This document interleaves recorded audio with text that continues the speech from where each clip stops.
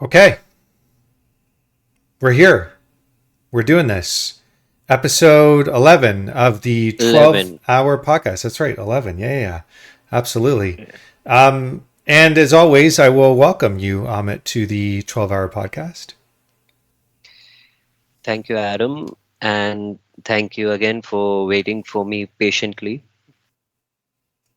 My pleasure. I want to yeah, I want to say Adam is a really nice guy. He has always been very supportive and very kind. I've been always, I think, almost every time I've been late. Isn't it true? Yes. Yeah.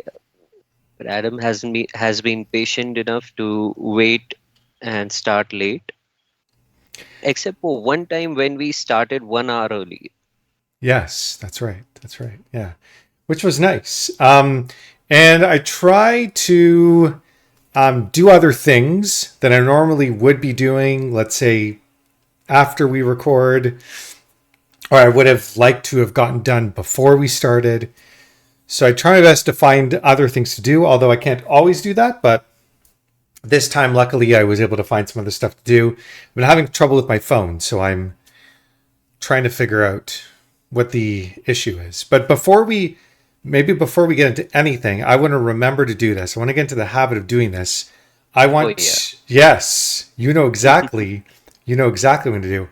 I want to let all zero people know that are watching this that you can expect the lowest quality production value that you could possibly get on YouTube, and that is what we're aiming for.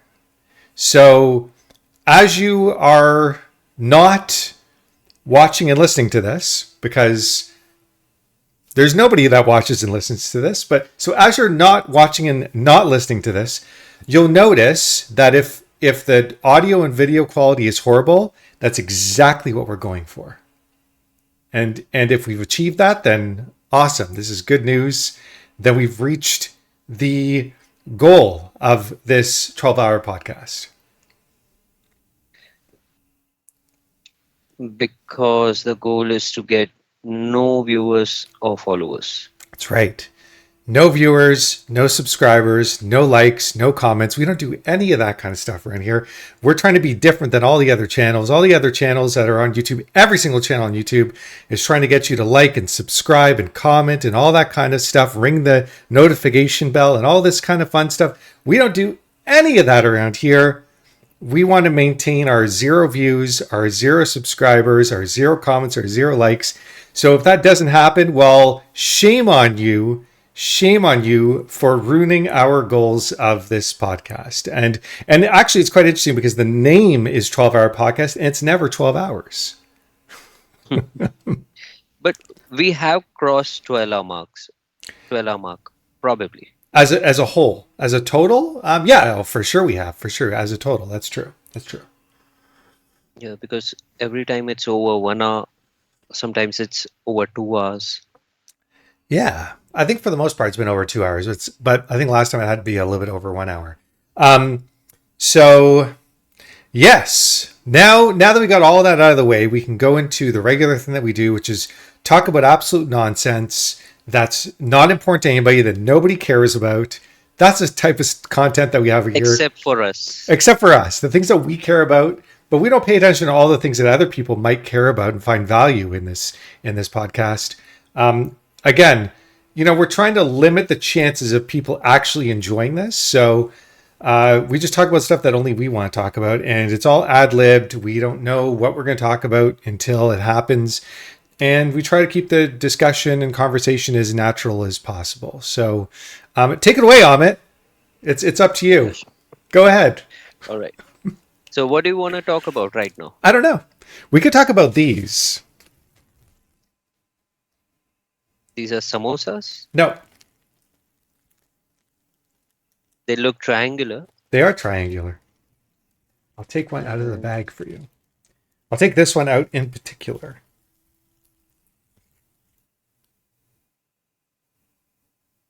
Fig Newtons. Uh, I mean, No, but I could imagine why you might have thought that. Sure, sure. I mean, it's not like too far off from a fig Newton, I guess, in a way, but it's quite a bit Or different. It's it's called Madeline, something like Madeline. nope. I don't know what that is. Let's. It's a form of cookie, right? It is a form of cookie. Yes, this is a form of cookie. It's called a Hamantaschen. I've never heard of it. Hamantaschen. Hamantaschen. Yeah, you said it beautifully. You said it absolutely beautifully, like you've been saying it your whole life. So it's a Jewish cookie. That's right. Yes, it is a Jewish cookie. It's a cookie that is had on a particular time of year. I see. And what time of year is it? That it's had during the festival of Purim. Purnima. Purnima is an Indian festival. No, it's called Purim. Purim. Rima. Yeah, Purim. Okay. So sounds like purification of something. Yeah, I mean it sounds like that, but I guess it's not. So Purim is kind of like Halloween. It's kind of like it's like a Jewish Halloween of sorts. People get dressed up, they wear masks, they give out gifts, they have treats. So this treat, and I mean the traditional Hamantaschen is with is poppy seeds, and so the middle would be all like a poppy seed kind of sweet, it's like a sweet sort of. I don't know. Like it's like I don't know what it's made out of, but it's like and the dough itself is like this. So these ones are poppy seed. Mm-hmm. But they're lemon poppy seed hamantaschens, but there's no usually there'd be filling in the middle, and the filling would be poppy seed as well. But you can have like also what's popular is prune, but then it sort of turned to other flavors. Like this one's I think raspberry, strawberry. Then there's like sometimes people do fig, or they might do prune. They might do. I think I said prune already. They might do chocolate. So and you could have it all year round. Like you don't have to have it in like one time a year. Some people make these like huge hamantaschens, and it's supposed to represent the hat of a guy. I'm pretty sure his name was actually Hamantaschen. I see. So he had a triangular type of hat. So it's supposed to represent him. I don't remember the significance of this guy. We could look it up, which we will. Yeah, so that's what that is. So it's Purim, and the festival of Purim happened a little while ago. I don't exactly remember what the date was. I think sometime maybe in February, maybe March. Excuse me. I'm burping because I had a bunch of hamantaschen. So it's just a reaction to that. Yeah, it's a hamantaschen burp. Reaction. Yeah, it's a hamantaschen burp, and probably during the length of the podcast, I will have more. I might finish all of these hamantaschen. Sure. Yeah. So we're going to look it up in a second, but that's that. There's a different Jewish holiday that's going to be happening starting on Monday evening here. We could talk a little bit about that too, but let's look up a little bit about Purim because I want to try to remember the significance of having hamantaschen. So let's look that up. What is the significance, if I can spell significance, of hamantaschen? I think I'm spelling it correctly. It's saying I need to correct the spelling. Let's see if it knows. No, it has no clue I'm talking about, Google, in terms of the spelling, but let's see what pops up. Let's see. Oh yeah, it knows. Hamantaschen are triangular shaped cookies or pastries traditionally associated with the Jewish holiday of Purim. They are named after, his name was Haman, the villain in the Purim story from the biblical book of Esther. The significance of hamantaschen is in the context of Purim can be understood in several ways. Its symbolism, commemoration, cultural tradition, charitable giving goes into all kinds of interesting facts about that stuff. But yeah, that's a very brief overview. So Haman, I think his name was actually Haman, yeah. Hamantashen, I guess you would actually pronounce it that way, not Humantashen. Hamantashen is from a guy named Haman. But I remember learning in school, because I had to go to a Hebrew school, that he wore a hat and it was the shape of a triangle.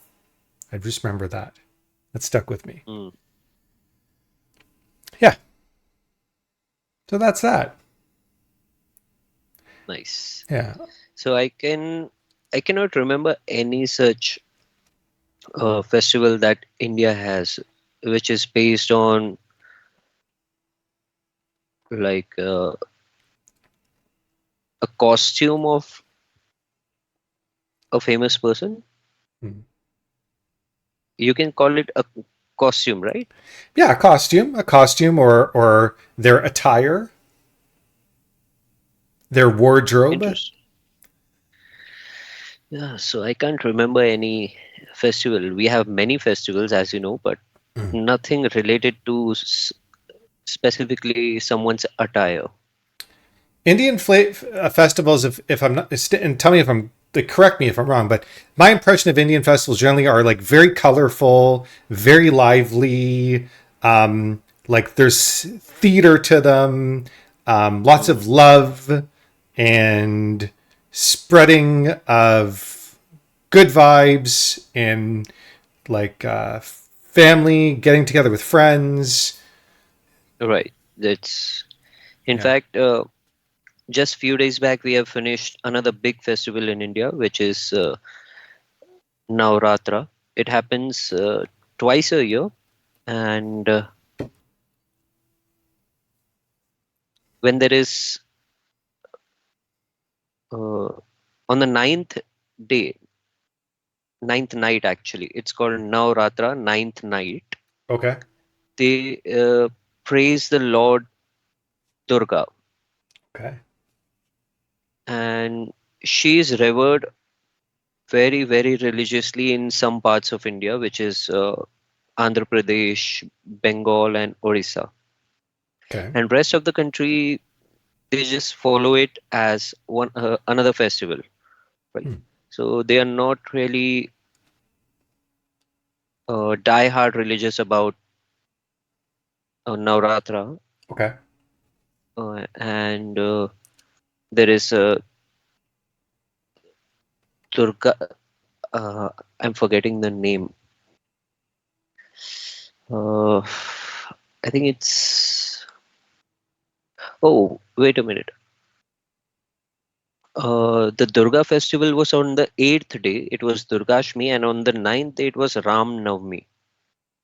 So I'm Ramnami. completely, Ravnami. yeah, uh, Ram Navami, Lord Ram, Ram. Okay. and the day is named after him, and Okay. it's the 9th day. So I think you know that Indian culture follows that 28-day cycle of moon. Yep. Right. Yeah. So, and in that 14 days are waxing phase, 14 days is waning phase. Right. Makes sense. So all these 14 days are named as 1, 2, 3 in Hindi, and along with that, each day is given a name of the god. Okay. So then there's 28 gods. Uh, Technically, there are millions of gods in India, This is or maybe confusing. even billions. Ahmet, this is confusing. Yeah, but they have given one major god a day of their own. Okay. So all the major, most important and significant gods have a particular day of their own. And would that then be that like that is every single day of the lunar calendar? Yeah, Okay, so each day would be for a different significant god. So then there would be 28 significant gods. Actually 14. So Oh, because okay. they are only naming one face. Okay. Okay. Gotcha. Okay. Yeah. That's interesting. Okay, cool. I wonder how people decided on this because ultimately it was people's interpretation of maybe how their lives worked in relation to their environment. It was their perception of how their environment was communicating to them or how they were kind of part of their environment and their environment was part of them. And the way that they interpreted that, that certain significant elements of the environment were decided to or were believed to have a certain relevant significance, and then that relevant significance was turned into an idea of a god of some sort. This is what I imagine because I'm not too familiar. I'm learning a lot from you with culture from India, but I know Indian culture is very like it goes a very long way back. There's so many years, and it and I don't think a lot has changed over the I mean I think some things maybe have gone modernized because I think we've talked about that, but I think overall like the foundational concepts have not really changed since their inception, right? Right. It's yeah, and so it's a very robust culture. Yeah. I have a theory on that. Like how you said, I don't know how it was decided which gods will become major and all. So I have a theory on that. I don't know if that's true, but I believe that it's probably based on theatricals.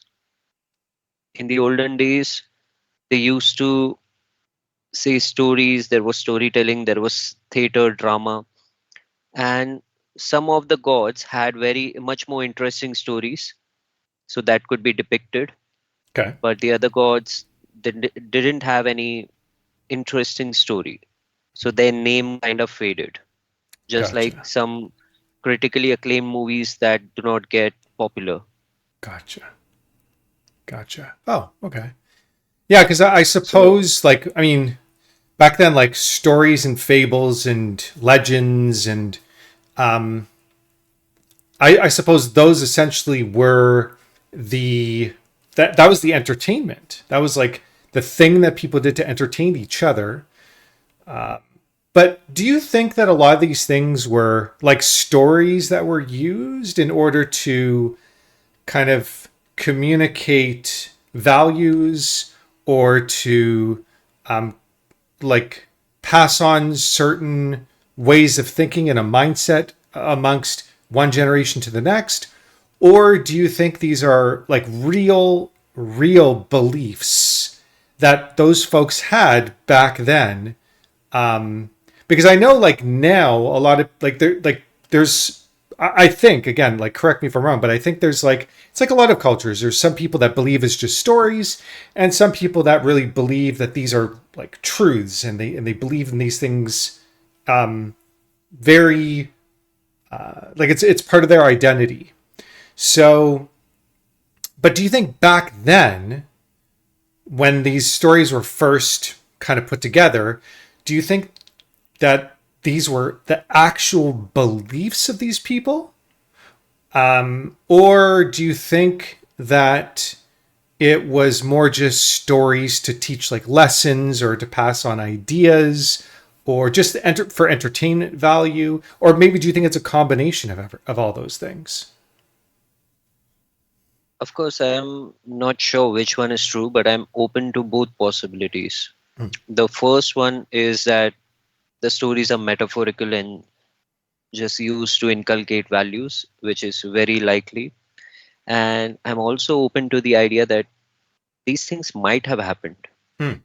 We have no way to prove or disprove them Right. scientifically because these are beyond science in the first place. Sure. And they happened thousands of years ago. So even if they had some evidences, they would be under layers of rocks. So we don't really know where to look. Right. And also, it would have been quite challenging, and it was quite challenging to store information for a very long time. People try to engrave things into stone Right. or create some sort of murals or paintings, but those things would have eroded. I mean, how old can you trace back Indian culture? I mean, I would imagine of extremely long time, The written part, that is the Vedas, are said to be 5,000 years old, right? That makes sense to me. and the culture that actually when it began was 10,000 years. Right, right. So 10,000 years ago, I mean, trying to keep a strong record of something that would last for 10,000 years, even 5,000 years, even 3,000, 2,000 years would be extremely difficult. Mm. There was no way to like there's no way, but be very challenging to preserve a record that would be very easy to interpret as it was meant to be interpreted. Exactly, yeah. Yeah, so it's unfortunate. And it's very unlikely that people today have read the original scriptures because they are somewhere in some museum being conserved. So I'm pretty sure they are only reading the translated versions, Right. and there's a lot of Chinese whisper going on. Sure. And how do we know? I wonder, how do we know those are the original?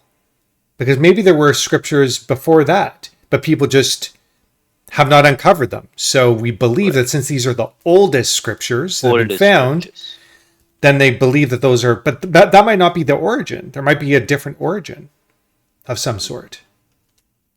Right. We can safely say that it was the oldest version Hmm. found yet. And I'm not sure if they had any dating system back then or if there is any date written on them. I don't think that would be possible, because if they said this is the year, wh- what year would be compared to what? Because Hmm. the dating system has to begin somewhere. So I don't know what year they were beginning. Well, I mean, I would think, I would imagine. And by the way, if you see me eating one of these, they're so insanely dry. It's impossible to speak while I'm eating one of these. Literally impossible. They don't seem dry, they seem soft actually. They are soft, but as soon as you bite into them, they just turn into like a powder. Uh, and then they absorb all the moisture. Yeah, but they're good. Anyways, I mean, I would imagine that these records are carbon dated, Hmm. right? Yeah. So that they would know exactly how old, like to a reasonable approximation, how old these, I guess you can call them documents or records are. So even if it had a date of some sort on the record, I would imagine they're not paying as much attention to that. They're paying more attention to the carbon dating and then maybe matching that against the record of the date that maybe they used to kind of cross to maybe understand more deeply the culture and how they perceive time. Yeah, but that's the thing. I'm not sure if they have mentioned any dates in the scriptures. Hmm. Right. Because now it's a necessity that every book has to mention the year of edition. But I don't know Hmm. if back then there was any requirement. Right. And even back then there wasn't any printing press. Everything was handwritten. Hmm. And I believe the Vedas were originally written on literally leaves, tree leaves. Oh yeah, that wouldn't last very long. Yeah, so originally it was written on leaves and then it was passed on from generations of sages. And eventually, when the paper was invented, it was written into books. Hmm. Yeah, there for sure would have been a lot of information lost. Definitely. And I don't know what were they using for the ink that would last on a leaf. There are many ways to make ink. They could use blood. They could use Maybe sap from trees. They could indigo. if they could. Well, they could maybe a lot of people what they were using too would be like potash. So they'd be burning trees to, and then you take the ash from the tree and you use that for like an ink. Oh yeah, yeah, right, right. Kajal. We call it kajal. Lamp black. Hmm. Sure. So And I yeah, bet you that there are would people that are doing be. all kinds of stuff like maybe combining the ash with water and like maybe thickening it up and then using like a stick or something to dip it in and then write. Yeah, right. Let's look it up. What was the ink that was used on writing leaves? Used for Yeah. writing leaves, writing on leaves. Let's actually first look up how old is ink dated back to? Is That would the be from China. Yes. technology of ink dated back to? You think China? I mean, China is also like Chinese culture is extremely old. Um, let's look it up. Let's see what it says. Okay. Of course, a lot of information here. The technology of ink dates back thousands of years with evidence of its use found in ancient civilizations around the world. The exact origins of ink are difficult to pinpoint. Sure, that makes sense, as early forms of ink were made from organic materials that may not have survived well over time. However, archaeological discoveries and historical records provide insight into the ancient origins of ink. One of the earliest known, who would have ever thought we'd be looking up the origins of ink? Like, this is, I mean, it's kind of cool. It's pretty interesting. One of the earliest known types of ink is carbon-based ink, okay, which was made from materials such as charcoal or soot mixed with a binding agent. Okay, this type of ink was used by ancient civilizations such as the Egyptians, who used carbon-based ink for writing on papyrus as early as 2500 BC. What's papyrus? I think it's paper made from animal hair. Okay, here we go. Here's what you were gonna. This is what you were thinking. In China, ink making can be traced back to at least the 23rd century BCE during the Shang dynasty. Chinese ink traditionally consisted of carbon black pigment derived from soot mixed with a binding agent such as gelatin or animal glue. Soot. I mean, soot would be comes from like burning stuff. I would think Yeah, it's ash. Yeah, it's basically potash, ash. right? Isn't soot potash, right? I think potash is. I got to look that up too. I think maybe I'm getting it wrong, but I think potash is like from you burn a bunch of different stuff. Maybe it's certain elements. Maybe you have to. Maybe it comes from potassium. Maybe potash actually comes That from potassium, uh, or does potassium potash is come from potassium potash? hydroxide. Okay, there you go. So you burn. Do you burn potassium, or you melt it, or you dry it out, or what do you do to potassium to turn? Or you just mix it with with hydrogen and I'm oxygen? not sure. Okay, we have to look that I'm up not too. sure because potassium is relatively a new element. Like it could not have existed back then. But it's So isn't it's unlikely to name it potash. right. But okay, we're gonna have to look this up. So Like, because potassium is a newly discovered element, but isn't it naturally occurring in our environment? not really. It's No. usually in the compound form, Okay. Yeah, you would know like much more about that than me. like in banana. Right. Yeah, I know that. I know that. But again, that's naturally occurring, right? It's not a human made element. No, not human made. Yeah, Exactly. So of it's course. There are very few human made elements. right. So it's like it is then naturally occurring in our environment, right? Hmm. Yeah. Yeah. Yeah. So I got to look that up as well. Okay, let's keep reading about this. So Chinese ink traditionally consisted of carbon black pigment derived from soot, mixed with a binding agent such as gelatin or animal glue.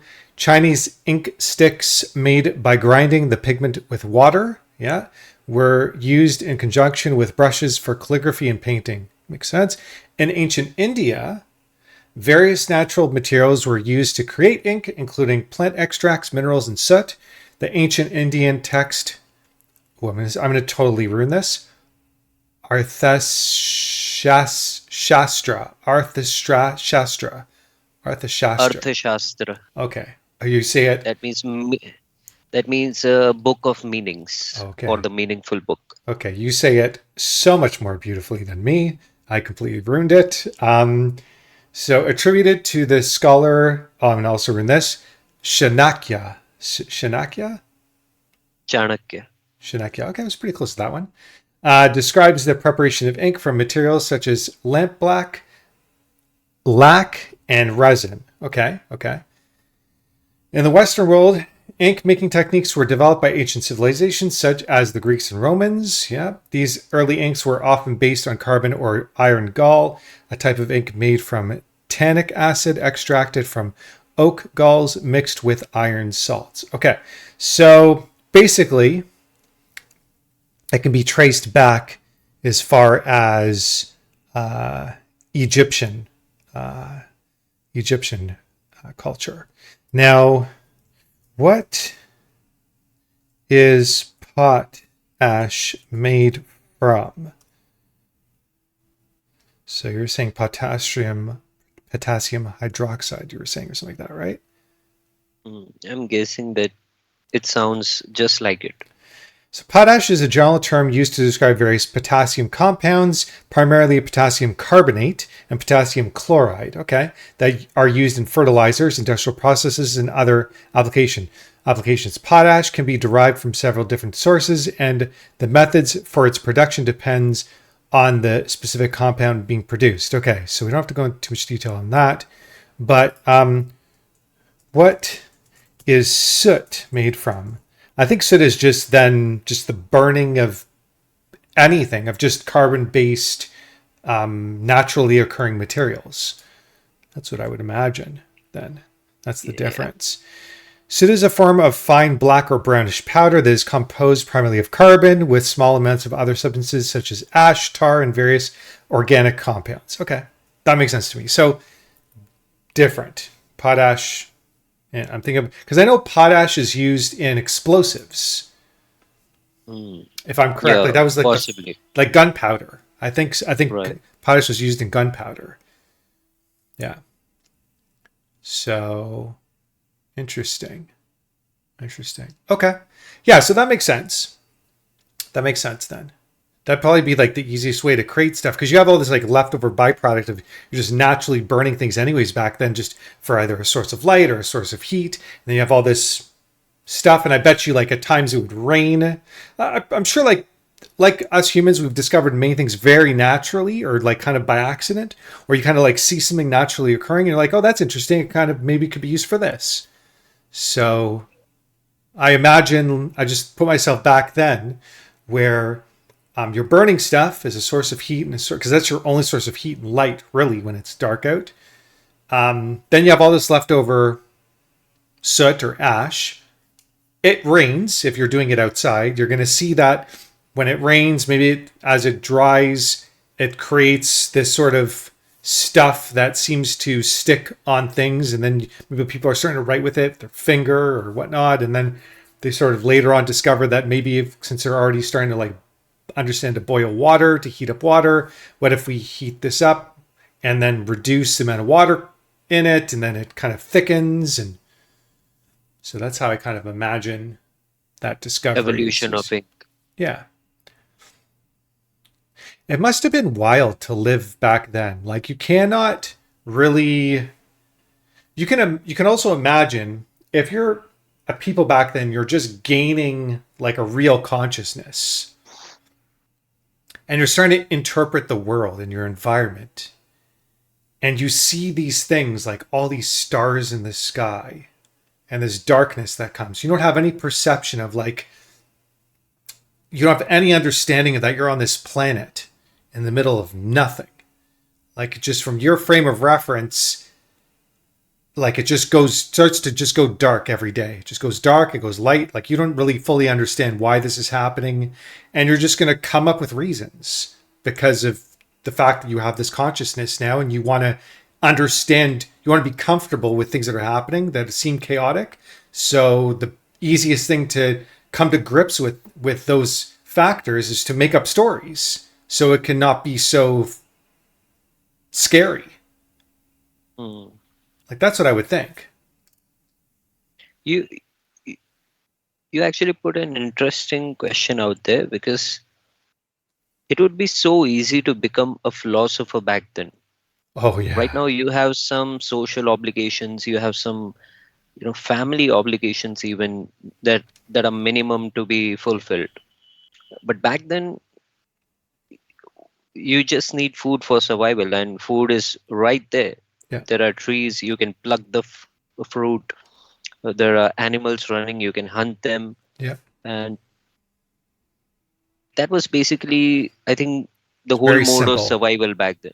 But yeah, so if that was taken care of, you really don't have any more expectations to fulfill, which means you can use your free time as you want, and you can be a full-time philosopher. Yeah. And I would imagine this is probably the evolution of it too, of our species back then. It's like once you get to the point where you are able to sustain the basic needs of a population, you probably sort of like you were saying, you have people now that have free time to think and observe more and come up with answers to things. There's no real science behind anything to determine if your answers are right or wrong with some sort of data or,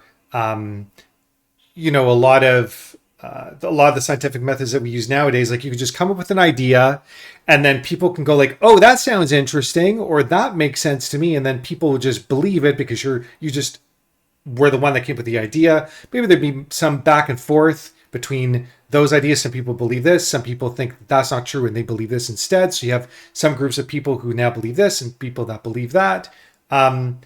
But then from there, I would imagine would be then people that would slowly come up with methods. Well, how do we prove this? Like, how do we know if you have the right ideas or I have the right ideas?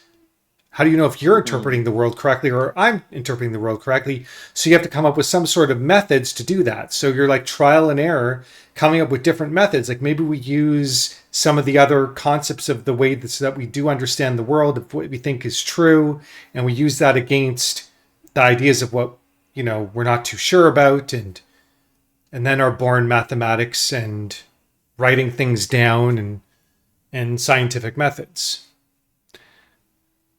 Hmm. So it seems quite natural.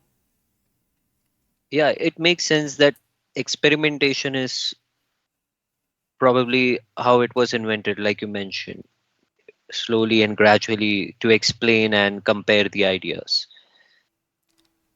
But mathematics, I believe, has had a different place. Math, I think, until 1600 or 1700, mathematics was completely different from science. Math was just seen as numbers, art of numbers, a game of numbers, maybe. Uh, but it was Newton who actually used numbers and mathematics first into science, Hmm, and that is where physics was born. that's interesting. So So they were not until making that connection 1670, before that. Before that, they were not making that yeah, connection between mathematics and science. exactly. Hmm. So until then, until Newton, 1670, that was every everything mathematic was just pure fun for them, or a hobby. But Hmm. after that, once Newton realized that things can be explained with the help of numbers and equations, the whole world was, another world was born. That's interesting because I'm pretty sure the Egyptians understood mathematics quite well. Yeah, even Greek, even Indians. Right. Sure. Right. Yeah, I'm sure the Chinese as well, right? So Mhm. um, I would then. So they were not making it. You'd think they were not making a connection between saying like mathematically, if we do these certain things, and we add certain numbers together, we understand that we can um, determine what the best sort of structures to make would be, and we could determine like how much of something we need to feed a population.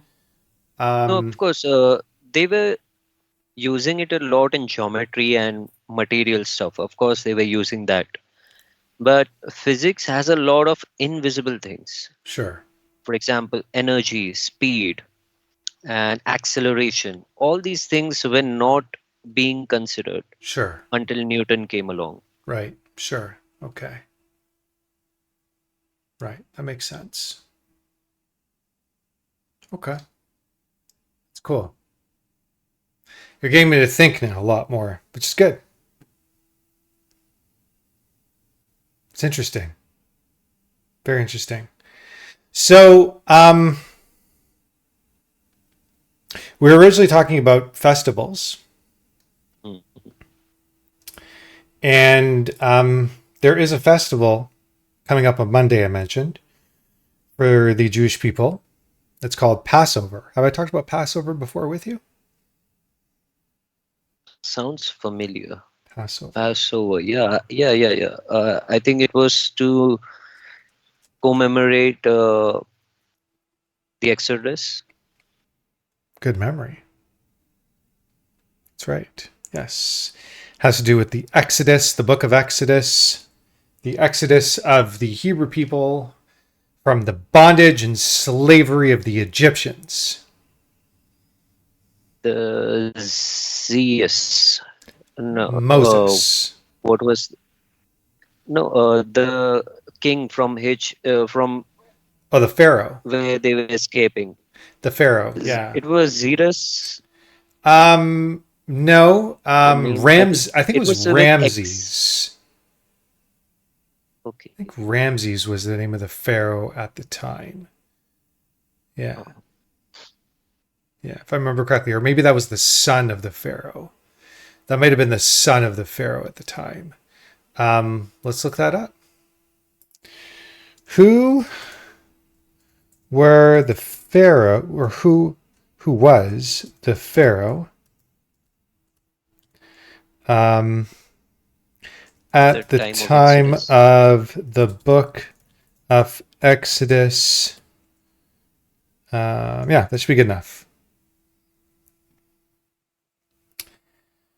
Okay. According to the biblical narrative in the book of Exodus, the Pharaoh at the time of the Israelites' enslavement and the subsequent events leading to the Exodus was not specifically named. However, based on historical and archaeological evidence, scholars have proposed various theories regarding the identity of the Pharaoh mentioned in the biblical account. One of the theories suggests that the Pharaoh during the time of the Exodus may have been Ramses II, also known as Ramses the Great, who ruled Egypt from approximately 1279 to 1213 BCE during the 19th dynasty. Okay, yeah, there you go. Ramsey.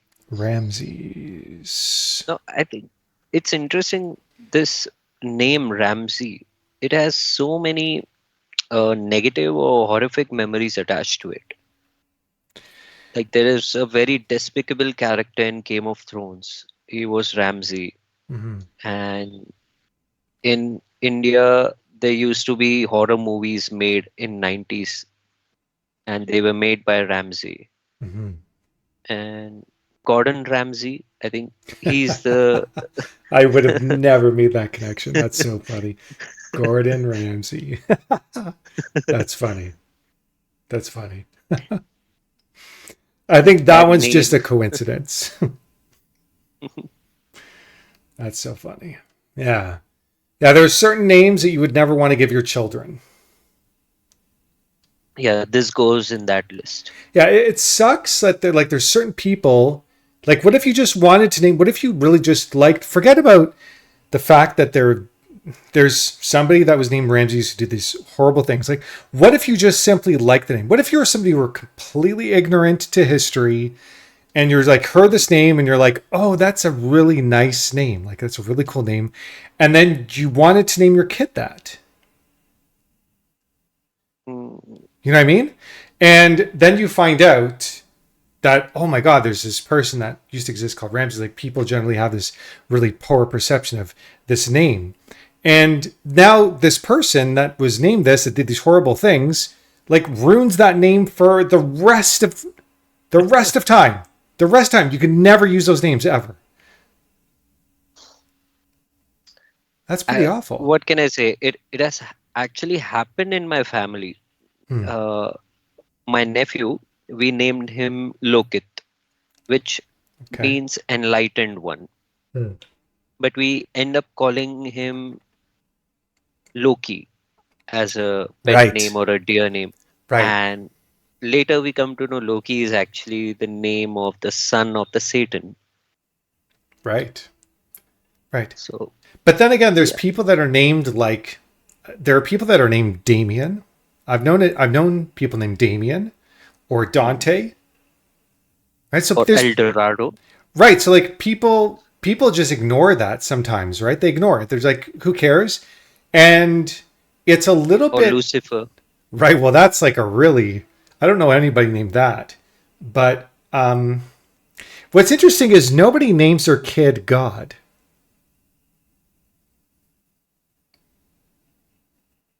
Right. Because that would be a lot to live up to. But it would still be a lot to live up to those other names. But maybe it's sort of, but maybe you can look at the other way. Maybe it's sort of like, well, the bar is so low that just even being alive and just like being just a basic human being, you're already miles better because the bar is set so low. If your name is, you know, Mm. Dante or Damien. Could look at it that way. But there are people that are named. Have I ever known like Judas. Judas? Yeah, right. It's another one. Yeah, there are people that use names from biblical texts. Like I've known a Moses. Uh, what about Lilith? Lilith. Yeah, sure. Yeah, yeah. So it's interesting that some names seem to be okay, but there's some names that are like completely off limits. It's interesting. Yeah, like in India, Ravan would be off limits. Who's that? Who is that? The most popular mythological story, Ramayana, Ravan is the villain of that story. Okay. Okay. So he did some really bad stuff. Yeah, he was actually a great man by his abilities, but he used it for the bad. So Hmm. he became a villain for centuries and millennia to come. Right. Right.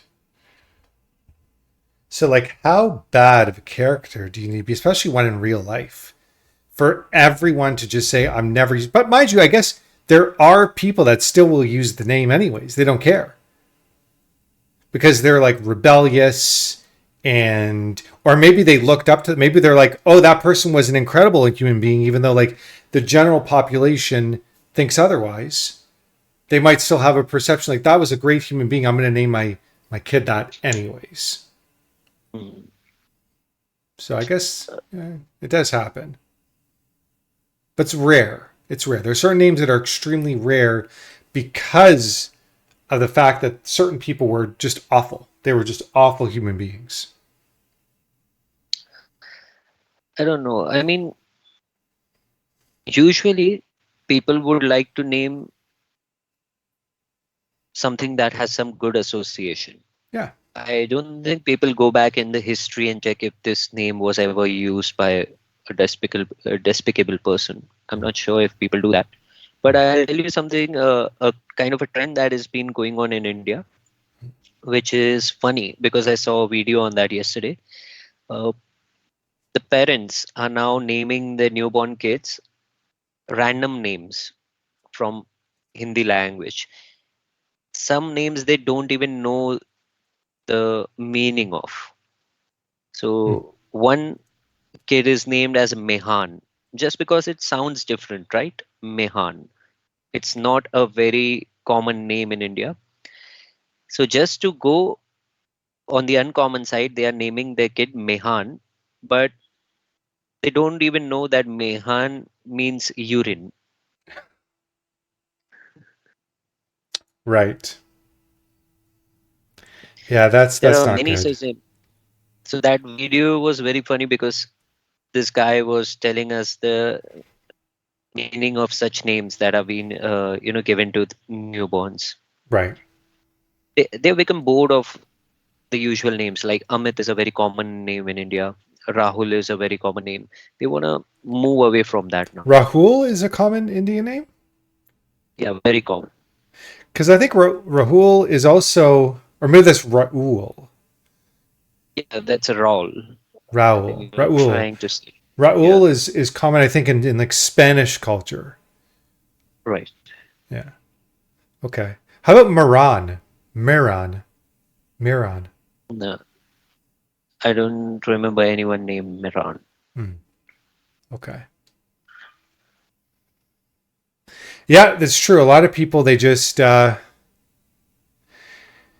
don't understand that that certain names have certain meanings, but also like that could be cultural too, right? So you're like sometimes a word or a name can have a certain meaning in one culture and it could be great, but then another culture that like the way that the word sounds in a different language could have like a totally different meaning just by Yeah, true. phonetically the way that it sounds. Mm. Yeah, I think yeah. there There are could be many such names. Yeah, yeah, I think there are very few names that are kind of more universal. I think Adam is a pretty universal name. definitely. Yeah. Who Like hasn't heard of Adam? yeah, like I think Adam is universally no matter what the culture is interpreted as like the first man, Mm, right. right? Which is interesting. But there's very few names that are like that. I think there are very few names. Hmm. What does Amit mean? Literally, it would translate to the infinite. The infinite. Okay. Interesting. That's pretty cool. So how do you say infinity? In Hindi, Yeah. I think it would still be Amit, Hmm. and there would be other names also like Anant, which is again endless, Hmm. and Apar. Apar means boundaryless. Hmm. Interesting. And yeah, there would be a few other names that would mean the same thing. I notice that when you pronounce T's, you pronounce them sort of like TH in English. Can you give me an example? Like when you said Amit, you didn't just say Amit, like I say Amit. You say Amit. Oh yeah, we have different T's in India actually. Like in Hindi language, we have different K's, we have different T, we have different. For every letter we have different versions. Hmm. Like in English language, C is used as k and s both. Sure, of course. So the T I used for my name was a softer version of T, Amit, Hmm. Hmm. and the T that you're using is the stronger version that we use for tomato. Right. Okay. That's interesting. It's interesting. I never really noticed that before when you would pronounce certain things, but it just hit me now. Um, okay. So we talked about a lot so far. Yeah. It's pretty interesting. What else is on your mind? Uh, we can go back to my nephew. Actually, the other nephew. I haven't told you he's been living with me for 2 weeks now. Oh, really? He has his summer vacation going on. So the goal is to inculcate some values into him because right now he is uh, very shy, very inactive, Hmm. and you can say a little behind other kids in his class. Okay. So I'm using this vacation time to bring him up to speed and see what physical and mental developments he can acquire. Hmm. How old is he? He's 12 right now. He's 12. Okay. Yeah. And it's challenging for me as well because I have never educated any younger kids. I've always been only teaching older kids that are 16, 17 Right. and above. Yeah, 12-year-olds. I mean, I've done a lot of teaching of younger kids, a lot. Oh, then you're Um, the right person to talk about it. well, I don't know about that, but I think that I can at least maybe provide some things that work for me. Sure. So the first thing that I do a lot is I think it was Socrates that used this method of teaching, where he asked questions he asked questions to his students rather than just giving information. So he forced them to think first and wonder what the possible answer could be. And he tried to even like help them formulate an answer, even if it was the wrong answer, help them formulate that wrong answer so they can kind of learn how to form ideas and express them. Got it. So basically help them connect the dots, And then even if they are the wrong gradually ones. lead them towards the answer.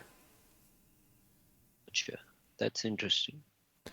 So what you're doing is you're essentially teaching them how to think, right? Because How to like express. how to express things, like those are the valuable skills, right? How to think, how to express, how to connect information, how to interpret things, and then also how to understand things. So once they get to the answer, and you're letting them struggle. You let them get a little frustrated, get them struggling a little bit, and but support them along the way and say like you're on the right track. It's pretty close.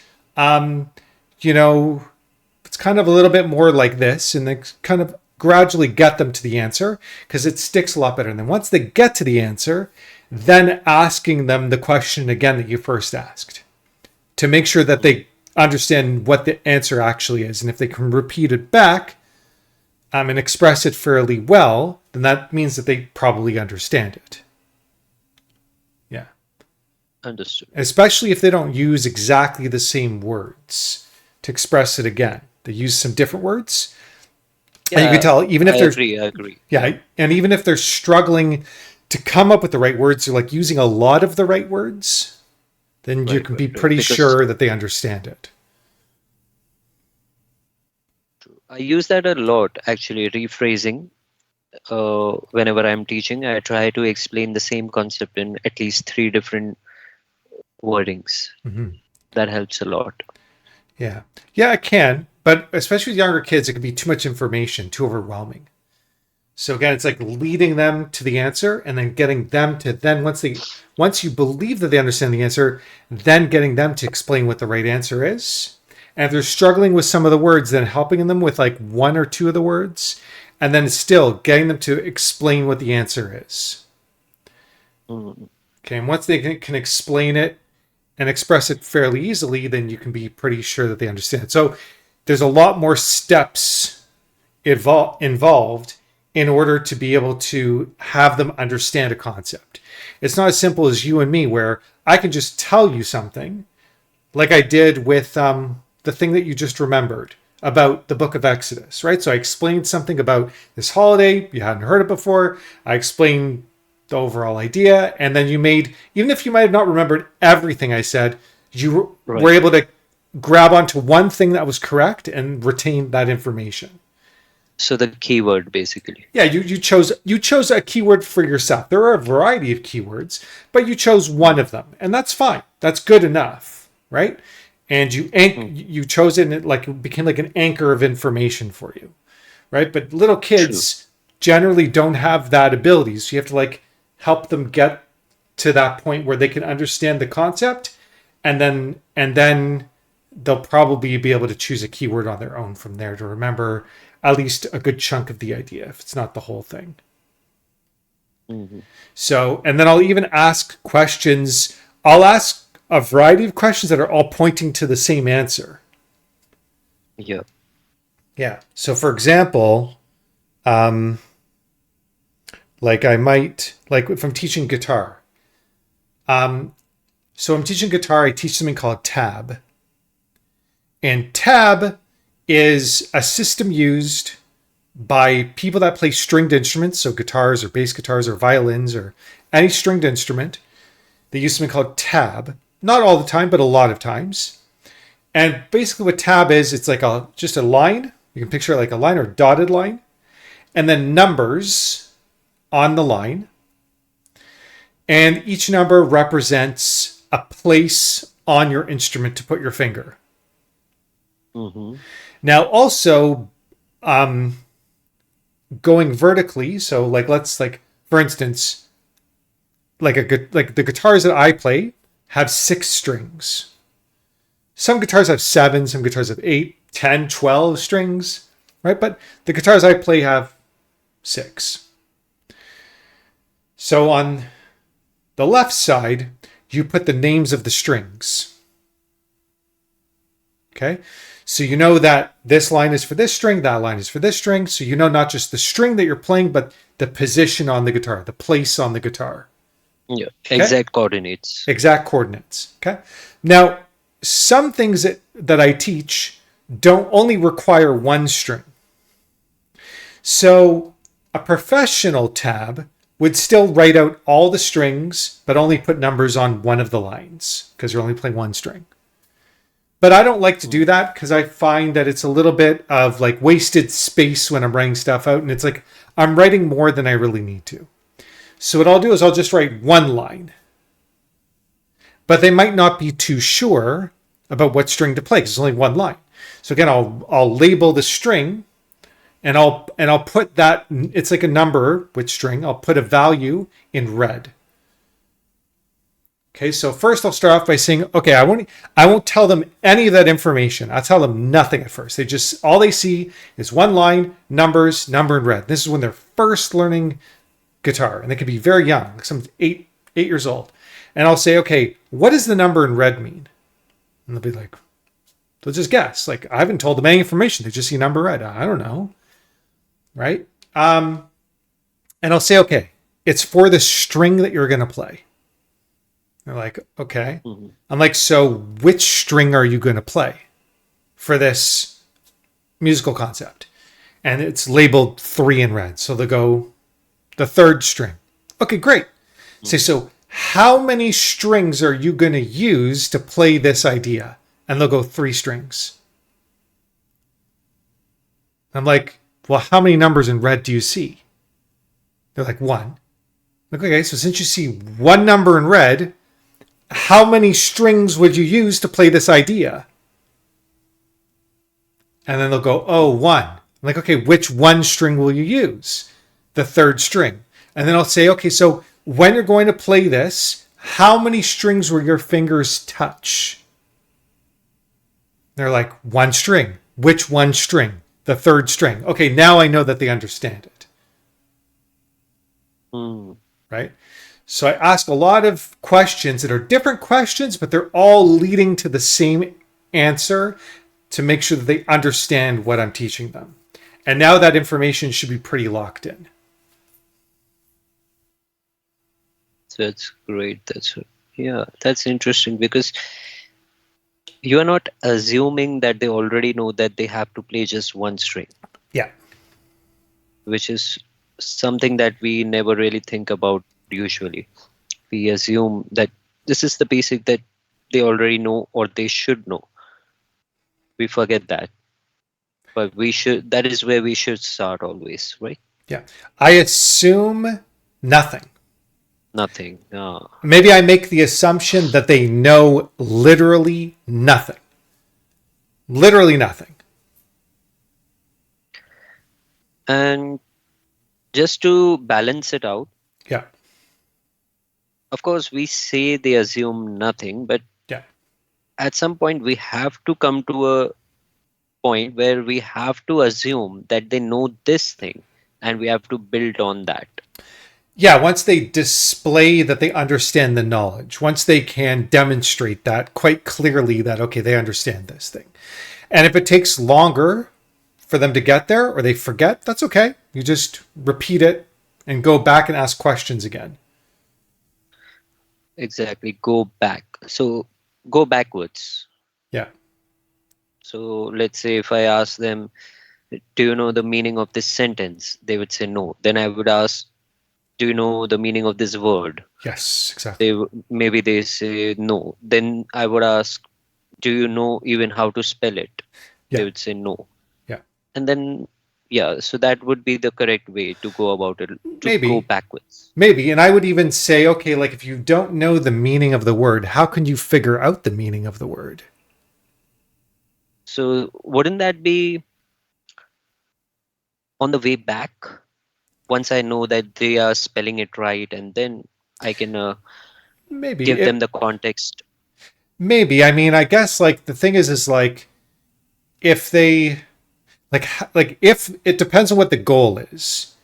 If the goal is for them to write things out correctly and understand what they're writing out with the correct spelling and grammar and all that, then yeah, of course they need to know the spelling of the word. But if the purpose is for them just to understand the meaning of the sentence, then and that's the only purpose, like they're just reading and understanding meaning, then understanding how to spell something might not serve that purpose, right? So it's all about like how do like the questions that we're asking, how are they serving the purpose of where we're trying to get to? So if you don't know the meaning of this word, what could you do to figure out the meaning of this word? And they're like, okay, I could look it up in a dictionary. Okay, let's do that. Let's look it up. And then they look at it. I'm like, okay, so now explain the meaning to me.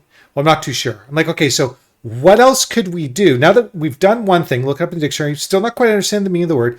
What else could we do to help ourselves understand the meaning of the word? And they might be like, geez, I have no clue. I'm like, okay, well, what other things exist other than dictionaries to help us with meanings of words? And they might be like, not too sure. Like, okay, so what can we do to figure out what other tools exist in order to figure out the meaning of words? And I might be like, oh, well, maybe I could look it up on Google. Okay, great. Let's do that. Cool. And so I let them come up with the ways to do things. All I do is provide the answers to questions. And I might be like, okay, I'm going to type it out. Oh, right. A thesaurus. I could look up the word in a thesaurus. Okay, great. Let's do that. Okay, so look up the word. Okay, so now they see all these other words that are synonyms and some words that are antonyms. Okay, now I understand the meaning of this word because I know these other words and I know there's a similarity between the words that I already understand and this new word that I wasn't quite understanding quite as well. So now I have a better understanding of it and that'll stick with them. And then when they see that word in multiple sentences, then they'll get more context with how that word is used over time. Right? So that would probably be the way that I would go in terms of teaching the meaning of a sentence, right? Because once they understand the word, then they can make sure they go through other words they might not understand. That they have now not only do they understand the meaning of that word, but now they have additional tools that they didn't really think about in terms of how to get to figure stuff out. Use Google, use a dictionary. Oh, there's the thesaurus. Let's remember to use that if I don't understand the meaning of a word. So they're learning so much more than just the meaning of that sentence. True. Yeah. And I feel this should be a general exercise to begin with. Hmm. Like, how do you even find the meaning of a word that you are not aware of? Hmm. Like, what would be an exercise? Like, simply asking them in the free time, if I gave you a new word or a sentence that you didn't know the meaning of, how would you find the meaning? And then they Hmm. will brainstorm a few ways. And as I said, we will help them connect the dots and then guide them towards the possible answers. Yep. Sure. Yeah. So I find with younger children, you cannot just get too focused on teaching the one thing that you're teaching. You'll Every time you're teaching one new idea, chances are you're teaching a whole bunch of other ideas Right, before you can even teach that one idea you were trying to teach all along. right. Because the brain, in fact, works in that way as well. It never stays in one direction, it has to branch out every time. So the teaching also has to go in that pattern. Yeah, and also they're learning so much more about the world than you could possibly ever imagine because we've already learned those things and they're like breathing to us now. So it's hard for us to relate. Like Mhm. like our perception of reality is completely different. They're trying to form the correct perception of what reality is and how to learn stuff, how to understand things, how to interpret things, how to communicate things, how to express ideas, how to even think, how to learn. Like all these fundamental concepts are occurring all at the same time before they can even understand the concept that you're teaching them in the first place. Mhm. So you have to teach them because they're still learning all those other skill sets. So you have to now go through each one of those skill sets and develop them further just in this one context to teach this one thing. And you probably have to do that like every single time you teach one brand new Exactly, yeah. concept. You have to, and then as they do that more and more, they get better at those skill sets, and you don't have to really teach them anymore because now they've understand how to use those different skill sets in so many different circumstances. They're like you and I, where for the most part we can just you tell me something new, and I go, okay, let me make sure I ask a few key questions to determine that I understand it. So now you're not asking the questions anymore. Now I know how to ask the right questions, right? So you're also teaching that skill to them too. Like, how do you even ask the right questions? What does that look like? And what you're doing is you're demonstrating that. How do you ask the right questions to yourself when you're trying to learn something, right?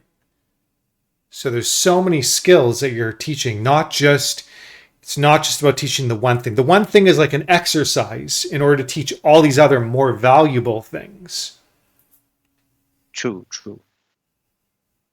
Yeah. Because we might be just giving knowledge about one thing, but they could be absorbing a lot more in the very moment.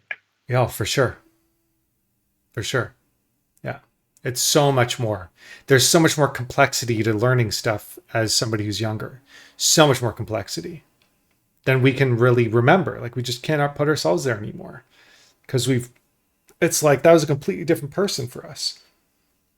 It's so far gone. We don't remember what that's like really. So, yeah. Yeah. It's, Yeah, somehow I've realized that it's easier for me to explain things to a teenager or even to someone who is like 6, 7, 8, but it's challenging when it's around 10 years. yeah. Maybe also if it's younger, maybe maybe the things that are being taught generally are not as complex too, right? When you get to Yeah, like 10, and we 11, don't even, 12. right, and we don't even expect them to remember much. Yeah. But when they are about 10, we expect a lot from them. Yeah. And you have to remind them a lot more like how does this work? And make sure that they understand. Like when I'm teaching an 8-year-old the value of practicing something, I'll ask them, I'll say, so what should we do to remember the things that we learned today? And they'll be like, well, just remember it. But how do we do that? Mhm. How do we remember things? How does that happen? They're like, oh, I don't know. And they might say practice. They might say practice. Yeah. I'll say, but what does that mean? Like, what is practicing? What is that? And they will have maybe a tough time explaining it. I'll say, okay, well, there's a lot of different other words we can use instead of practice. What are some other words we can use instead of calling it practicing? And they might be unsure. And I might sort of guide them towards it, towards maybe the word repeat. And I'll say, and then I'll sort of demonstrate what practicing might look like. So I might just hold my guitar in my hands. And that's all I'm doing. Is just holding my guitar. And I'll go, am I practicing right now? And they'll say no. And I'll say, but why not? I mean, I'm holding my guitar. I'm here. I've got the tab in front of me and I'm looking at it. They're like, but you're not playing the guitar. I'm like, okay, so every time I play the guitar, like now I'm playing the guitar and I just play random things, completely random. They're like, am I practicing now? Like, well, no. I'm like, well, why not? You said to play the guitar. They're like, but you're not playing what you're supposed to play. I'm like, oh, okay. That's interesting. So I say, now every time I'm not playing what I'm supposed to be playing, then I'm not practicing. And they're like, yeah. I'm like, okay. Great. So now let's practice. And now they understand what practicing looks like. So then I'll, anytime that they're not practicing, I'll ask them, I'll say, what does practicing look like again? They'll explain, like, okay, so were you practicing just now? And they'll be like, no. And I'll be like, okay, cool. So I'm like, should we practice? Like, why even practice at all? Why even bother practicing? What's the point? And they're like, they might not be sure. They're like, I don't really know. Like, okay. So this is really good. Like, because now we're finding out, like, by asking these questions, we're making sure they understand why they're even doing things in the first place. Because we don't want people that are learning stuff to just do things because we're telling them to do it. We want them to understand the value in doing these things or understanding things. Right? So I try to teach that as much as I can as well. By the way, your camera is frozen completely. I hope that you can still hear me.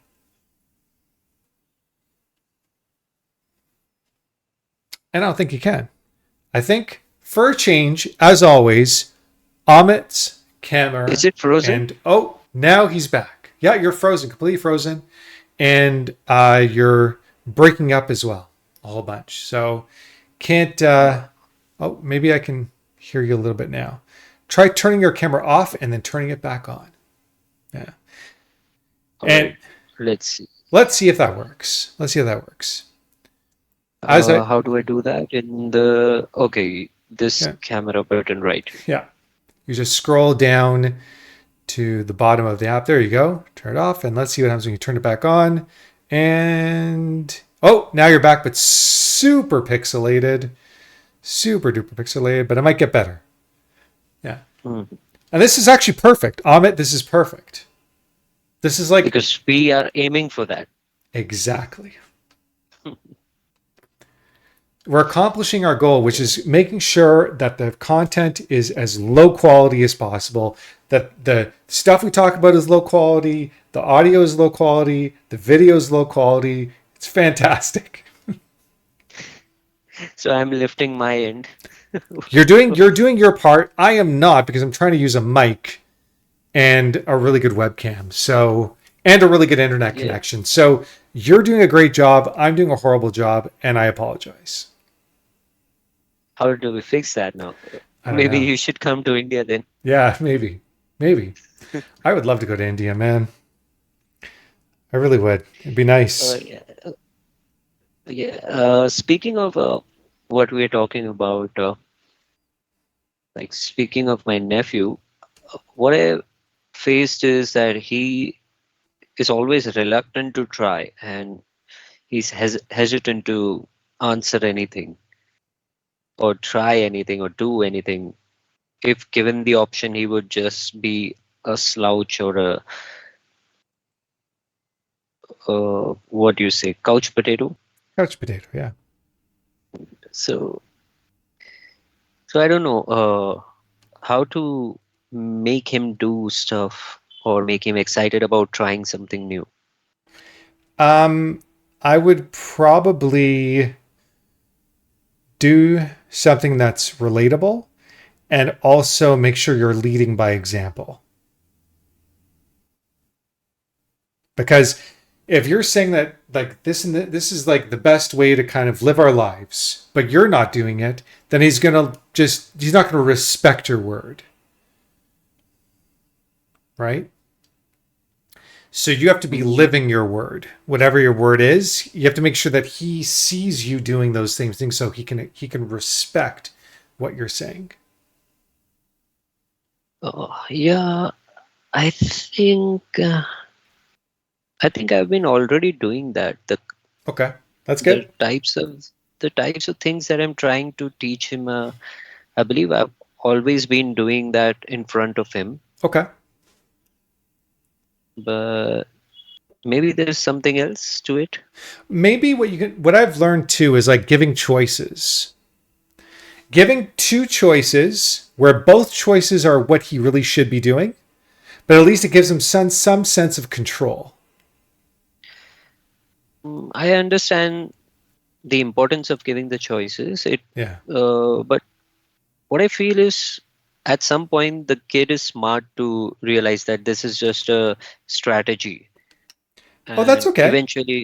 eventually he's going to say, okay, I know why you're giving me two choices. I am not going to do either of that. Okay. Then you say, well, what is the best way to live our lives? So you might have to teach him like to understand fully the repercussions of doing what he's doing. Like, why does it even matter? Why can't we just sit on the couch all day and do nothing with our lives? Why? Why can't we do that? Because it's so much fun. Like, I would love to just do nothing all day and sit on the couch, just like watch TV programs, be on my phone, play video games. I'd love to do that all day, but why can't we do that? And so see, like, get him in his head, get him to think more about what he's doing, like why it matters to do something different. Now I see where this is coming from, Yeah. because while you were speaking, I realized that his father, Hmm. uh, he is setting those examples, For sure. and yeah. For sure.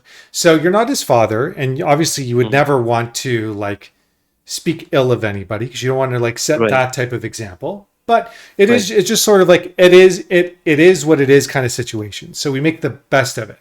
So then we just ask him these probing questions like why can't we just sit on the couch all day long? Like what will happen if we sit on the couch all day long doing nothing with our lives? What will happen? And see if he might be like, I don't know. Okay, that's no problem. So, what do you think is in order to be like what is being successful in life mean? What do you think? Mm. Like, what does that look like? Like, get him to think about these things, and he might just be like, I don't know, I have no idea, right? So now you're getting to like the root of the problem. He might not even be thinking about the things he really needs to be thinking about. And what Right. you're doing is by asking him these questions, you're getting him to think about these things that he should be thinking about and should be considering, right? Like that's the whole point. Is like not telling him like you got to do this and you got to do that because he might be thinking, but like why? Like why can't I just do this thing that feels so good to do? Like what's the difference? I'm just a kid. Like I'm just trying to be a kid. Like why can't I just? And my dad does this all the time, so why can't I? Like it's fine for him to do it, so it should be fine for me Mm. to do because I'm just a kid. He's an adult and he seems to be doing just fine in his life from my perspective. So I guess I could just do the same thing, right? So getting him to think outside of what he's familiar with is really important, right? Mm. Yeah. Like it's a very gradual process. You have to ask a lot of questions, get him to think, and figure out what he knows and doesn't know, because he probably doesn't know any of this. He's probably like, most of his answers will probably be like, I have no idea. He probably doesn't even know why he's doing what he's doing. He's just doing it because it's just the thing he does. And how long should we give him to figure out the answer or think Oh. about the questions? A while. You got to remember, like, how long has he been like this? For 12 years, you said? Maybe I think for last 5 years he has been this inactive. Okay. So you tell me, you have been doing something for 5 years, day in and day out, and all of a sudden some guy comes along and says, you got to do things differently. Be like, well, screw you, first of all, because I'm perfectly fine the way that I am. And two, why? Because I'm perfectly fine the way that I am. And three, like, I don't care. And what's the difference? Right? So you got to fight through all of that. Right? So the way to do that is to, again, asking questions like, why? Like, what will happen? Like, if you do, let's just say that you were to sit on the couch all day long, every day, that's all you were to ever do, nothing else, for a month. What will happen, do you think? And you might be like, well, I don't know. Say, well, how could we figure out what might happen? What do you think we could do to figure out what might happen if you're doing that? You might be like, I don't know. Be like, well, what sort of things can we do to figure out stuff that we don't know? Might be like, I don't know. Be like, okay, that's cool. And so if he really doesn't know anything, then you can teach him one little thing. Like, well, have you ever heard of Google? You'd be like, yeah, sure, I've heard of Google. Like, okay, well, what do we use Google for? Well, to look up stuff. I'm like, okay, well, do you think we could look up anything about this right now? And he might be like, yeah, I guess we could. Like, okay, cool, let's do it. Let's see what Google says, right? So it's a little bit like, another sort of word of caution is, by doing these question after question after question after question, anybody could feel interrogated. Right? So you have to like kind of like ask a few questions and then sort of leave it. Be like, okay, well, you know what? Let's think about this. What I'll do is, I want you to think about this, and then later on today, we'll see if you've figured out the answer. And if you haven't, it's totally cool, but we'll see if we can help you figure out the answer. What do you say? Okay, so you just let it marinate. It's very gradual. You bring him to the answers, right? It's more valuable, and it will resonate more, because like, what resonates with us more is when when you discover something on your own, how much more can you sense that it lights up your brain? Right? Right. Something that is always, I think I've always been someone who has been looking for answers for myself. Right. Even though there are answers out there. Sure. Yeah. So when you discover something by like researching stuff and kind of figuring something and deducing and connecting dots, it's more exciting, right? And it like sticks with you more, right? So we want to provide that same journey for the people that we're teaching lessons to. Provide them the journey of exploration and discovery, right? And then they can sink their teeth into it, and they can wrap their head around it, and they can understand it better. So it's a very gradual process, very gradual. Like, how much longer is he going to be with you for? 2 more weeks. Yeah. So maybe if you're lucky, you'll be able to get him to discover this one thing in the next 2 weeks, maybe. But the problem too is, like, then he's going to go back home. Yeah, that's the challenge, the bigger challenge actually. What is he going to do after going back, and how persistent he is going to be with the things he learned here. Who knows? Who knows? Mm. Yeah, Uh, this is something that I've spoken to his parents about. That, of course, I'm putting some effort here, and you have to do your part and prepare yourself but they have their for. habits. Yeah. So, like, That'll never happen. they have to make sure that at least he's following through. Yeah, but how are they going to make sure they're? How do you hold somebody accountable when you're not even holding yourself accountable to a certain standard? Right? Nobody's going to Look. respect you. Doesn't matter how old. Nobody's going to respect somebody that doesn't do it themselves. Yeah, that's why I said it's a bigger challenge there. Yeah. But they are gonna come over today, and we're gonna have another chat and see how things are. And let's hope for the best. In fact, I think he's up right now, and I'll have to run along and see what he's doing, if that's okay with you. Totally okay with me. I was going to also say the same thing. And then next week, I want a what's the word? An update. Sure. Maybe we can start with the update next week. Sounds good. So what? Before we go, we didn't do this last week. Apologize, but I think ending the podcast this way is always good. What should we call this? What should be the name of today's episode? What do you think? So we talked about festivals, we talked about teaching kids, and we talked about what was the major topic today?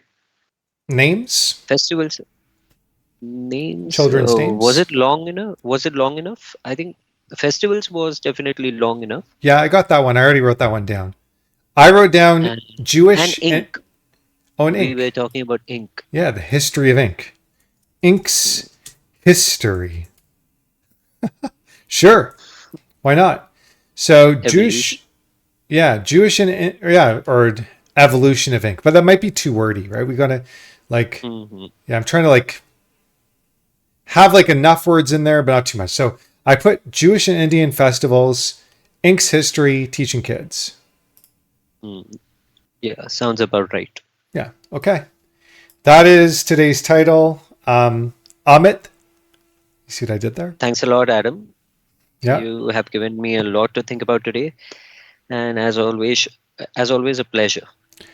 Always a pleasure, always fun, and I hope I didn't overstep with any of my thoughts. Not at all. And okay, good. And I hope I didn't. And by anything I said, I know it could have easily been misinterpreted that I made I made certain assumptions with like how you're already doing things. Never my purpose in doing so. I was merely only explaining some of the things that I think make sense to do. So if you mentioned that you're already doing some of those things, so I think that that's Mhm. great. I think that's really good. Yeah. Yeah, yeah. No, it's still great to have your point of view, your perspective, even if someone is already doing that. It doesn't matter. It's important to know all the points that you want to cover. Yeah, I just don't want to ever like make it seem like I'm assuming that somebody isn't doing certain things by me recommending or saying that, not even recommending, but saying that I think that certain things are good to do. It can come across like I'm assuming that you're not doing those things, right? So good to know that you didn't interpret it that way. And good luck. Look forward to the update next week. And I guess I'll talk to you later. Yeah. Okay. Thanks a lot. Bye, and bye, zero viewers. Bye, zero viewers. See Never you. see you again. Never see you again. Yeah. All right. Bye.